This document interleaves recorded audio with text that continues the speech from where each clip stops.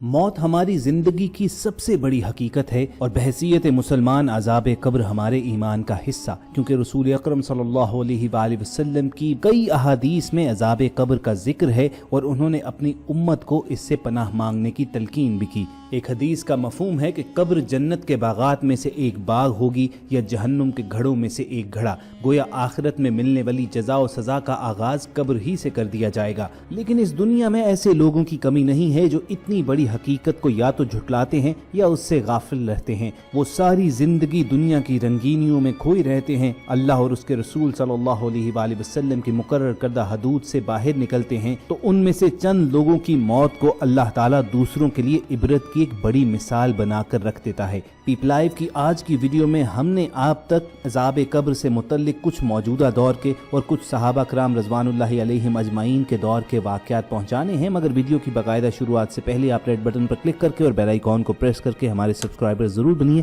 ताकि ऐसी तारीखी मालूमाती और इस्लामी वीडियोस आपको हर वक्त और बर वक्त मिलती रहें। दोस्तों, हमारे प्यारे आका हज़रत मोहम्मद सल्लल्लाहु अलैहि वसल्लम ने मुसलमानों को अज़ाब कब्र से पनाह मांगते रहने की तलकीन भी की है और रसूलुल्लाह सल्लल्लाहु अलैहि वसल्लम ने इससे बचने का तरीका भी मुसलमानों को बताया। एक हदीस मुबारक हज़रत अनस बिन मालिक रज़ियल्लाहु तआला अन्हु से रिवायत की जाती है। आप फरमाते हैं कि रसूलुल्लाह सल्लल्लाहु अलैहि वसल्लम अक्सर दुआ मांगा करते थे कि ऐ अल्लाह मुझे नातवानी और सुस्ती से पनाह दे, मैं बुज़दिली और ज़ईफ़ुल उम्री से तेरी पनाह मांगता हूँ और अज़ाब कब्र से तेरी पनाह मांगता हूँ। हज़रत अनस बिन मालिक रज़ियल्लाहु तआला अन्हु ही से रिवायत है कि सहाबा कराम रज़वानुल्लाहि अलैहिम अजमाइन में से एक ने रसूलुल्लाह सल्लल्लाहु अलैहि वसल्लम से अज़ाब कब्र से बचने का तरीका पूछा तो उन्होंने फरमाया कि सूरतुल मुल्क की तिलावत किया करो, ये सूरत तुम्हें कब्र के अज़ाब से बचाएगी। इसके अलावा एक हदीस शरीफ में अल्लाह के नबी सल्लल्लाहु अलैहि वसल्लम ने अज़ाब कब्र से बचने के लिए सूरतुल तकासुर की तिलावत करने की भी नसीहत की है। इसी हवाले से अमीरुल मोमिनीन हजरत अली रज़ियल्लाहु तआला अन्हु का एक कौल है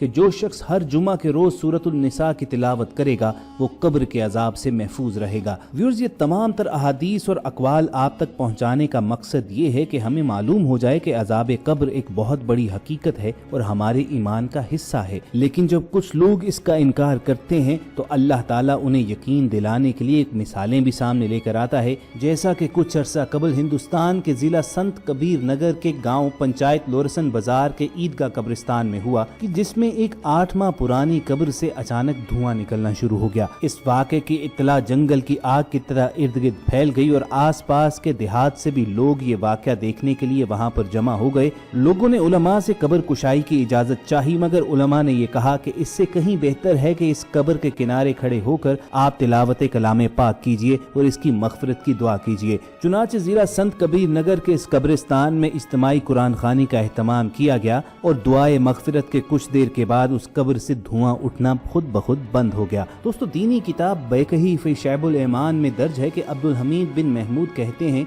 कि मैं हज़रत अब्दुल्ला इब्ने अब्बास रज़ियल्लाहु तआला अन्हु की मजलिस में हाजिर था। कुछ लोग आप रज़ियल्लाहु तआला अन्हु की खिदमत में हाजिर हुए और अर्ज़ किया कि हम हज के इरादे से निकले हैं। जब हम फलां मकाम तक पहुँचे तो हमारे एक साथी का इंतकाल हो गया। चुनांचे हमने उसकी तजहीज़ व तकफ़ीन की, फिर कब्र खोदने का इरादा किया। जब हम कब्र खोद चुके तो हमने देखा कि एक बड़ा काला नाग पूरी कब्र को घेर रखा है। उसके बाद हमने दूसरी जगह कब्र खोदी तो वहाँ भी उसी तरह का एक सांप था। अब हम मैयत को छोड़कर आप रज़ियल्लाहु तआला अन्हु की खिदमत में आए हैं कि हम क्या करें। हज़रत अब्दुल्ला इब्ने अब्बास ने फरमाया कि ये सांप उसके वो अमाल बद हैं जिसका वो आदी था, जाओ उसे इसी कब्र में दफन कर दो। अल्लाह की कसम, अगर तुम उसके लिए पूरी ज़मीन खोद डालोगे फिर भी इस सांप को उसकी कब्र में पाओगे। बहरहाल उसे इसी तरह दफन कर दिया गया। सफ़र से वापसी पर लोगों ने उस शख्स की बीवी से उसके अमाल पूछे तो उसने बताया कि उसका मामूल था कि वो मंडी में गल्ला बेचा करता था और रोज़ाना बोरी में से घर का खर्च निकाल कर उसमें उसी कदर भूसा मिला देता था।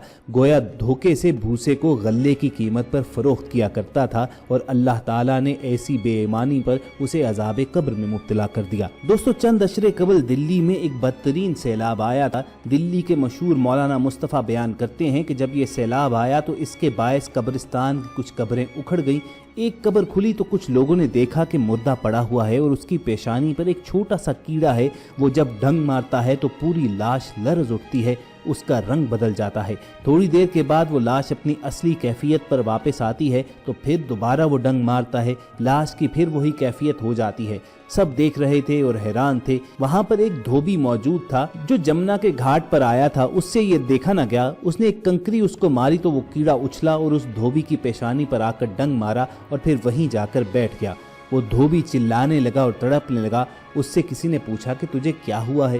اس نے کہا کہ مجھے ایسی تکلیف ہے کہ نہ صرف ایک بچھو اور ایک سانپ نے کاٹا ہے، بلکہ مجھے لگتا ہے کہ کوئی آگ کا شعلہ میرے بدن پر رکھ دیا گیا ہے۔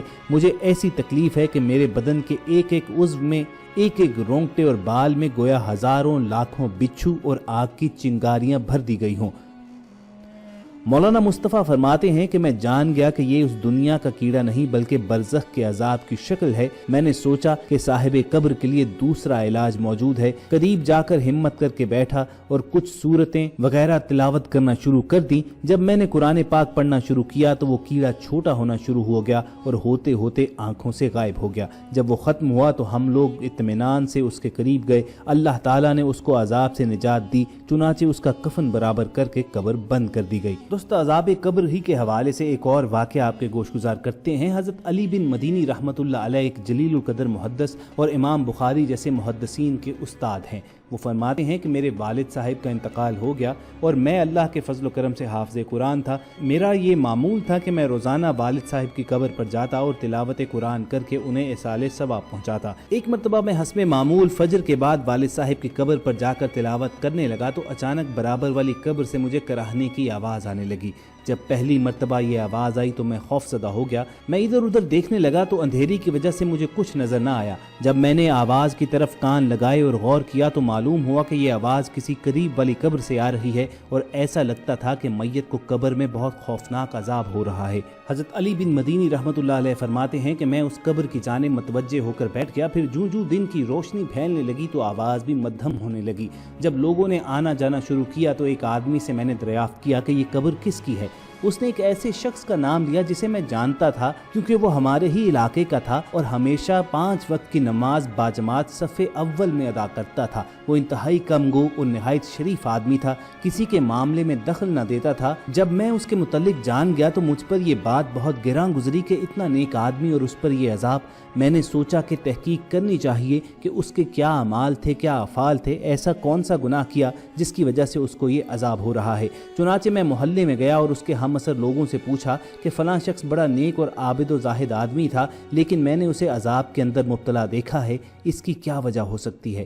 انہوں نے بتایا کہ ویسے تو وہ بڑا نیک اور عبادت گزار تھا، اس کی اولاد بھی نہیں تھی، اس کا کاروبار بے حد وسیع تھا۔ جب وہ بوڑھا ہو گیا اور اس کے اندر کاروبار کرنے کی طاقت نہ رہی اور کوئی دوسرا اس کے کاروبار کو چلانے والا بھی نہ تھا تو اس نے اپنے ساتھیوں سے مشورہ کیا کہ میں کون سا ذریعہ معاش اختیار کروں۔ اس کے نفس نے اسے یہ تدبیر سمجھائی کہ اپنا سارا کاروبار ختم کرے، جو پیسے آئیں ان کو سود پر دے دے۔ اس نے اپنا سارا حلال کاروبار ختم کیا اور جو رقم آئی اس کو سود پر لگا دیا۔ اب چونکہ کاروبار سے فارغ ہو چکا تھا، چنانچہ ہر وقت مسجد میں رہتا اور 5 نمازیں صف اول میں ادا کرتا تھا۔ ادھر لوگوں سے اسے ہر مہینے سود کی معقول رقم مل جاتی تھی جس کے ذریعے مہینے بھر کا سارا گزارا چلا جاتا۔ علی بن مدینی رحمۃ اللہ علیہ فرماتے ہیں کہ بس یہ سن کر میں جان گیا کہ اس کو جو شدید عذاب ہو رہا تھا وہ اسی سود خوری کے گناہ کا وبال تھا۔ اس نے اللہ اور اس کے رسول کے ساتھ جنگ کی اور اللہ تعالیٰ نے اس کی موت کو لوگوں کے لیے عبرت کی مثال بنا کر رکھ دیا۔